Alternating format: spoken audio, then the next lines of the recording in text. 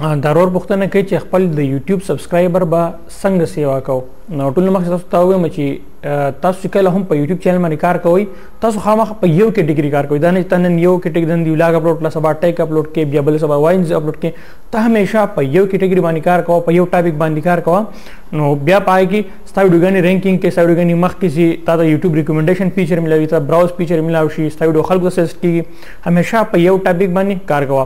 دویمه خبره، که ته په هفته کې ویډیو اپلوډ کې، په دوا اپلوډ کې، هر ورځ اپلوډ کې، ته یو ټایم ټیبل جوړ کړه، د هغې مطابق ته ویډیوز اپلوډ کوه. دا نه چې نن ویډیو اپلوډ کې، بیا 2 هفتې پس اپلوډ کې، بیا 1 هفته پس بیا اپلوډ کې.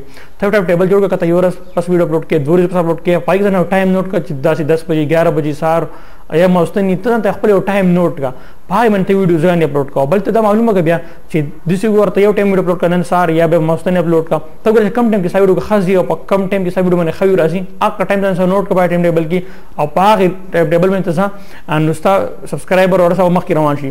بل د خاص هیڅ قسم ټریک نشته چې تاسو ته څوک یا پای باندې سبسکرایبر راشي او ویوز راشي. د هر څه د هر یوټیوبر، د هر انسان په مهنت باندې ډیپند کوي. دسی که خاصه ټریک وند تاسو غوښتل نو یوټیوب کې د هر چا په لکه سبسکرایبر د هر یوټیوبر په مهنت باندې ډیپند کوي.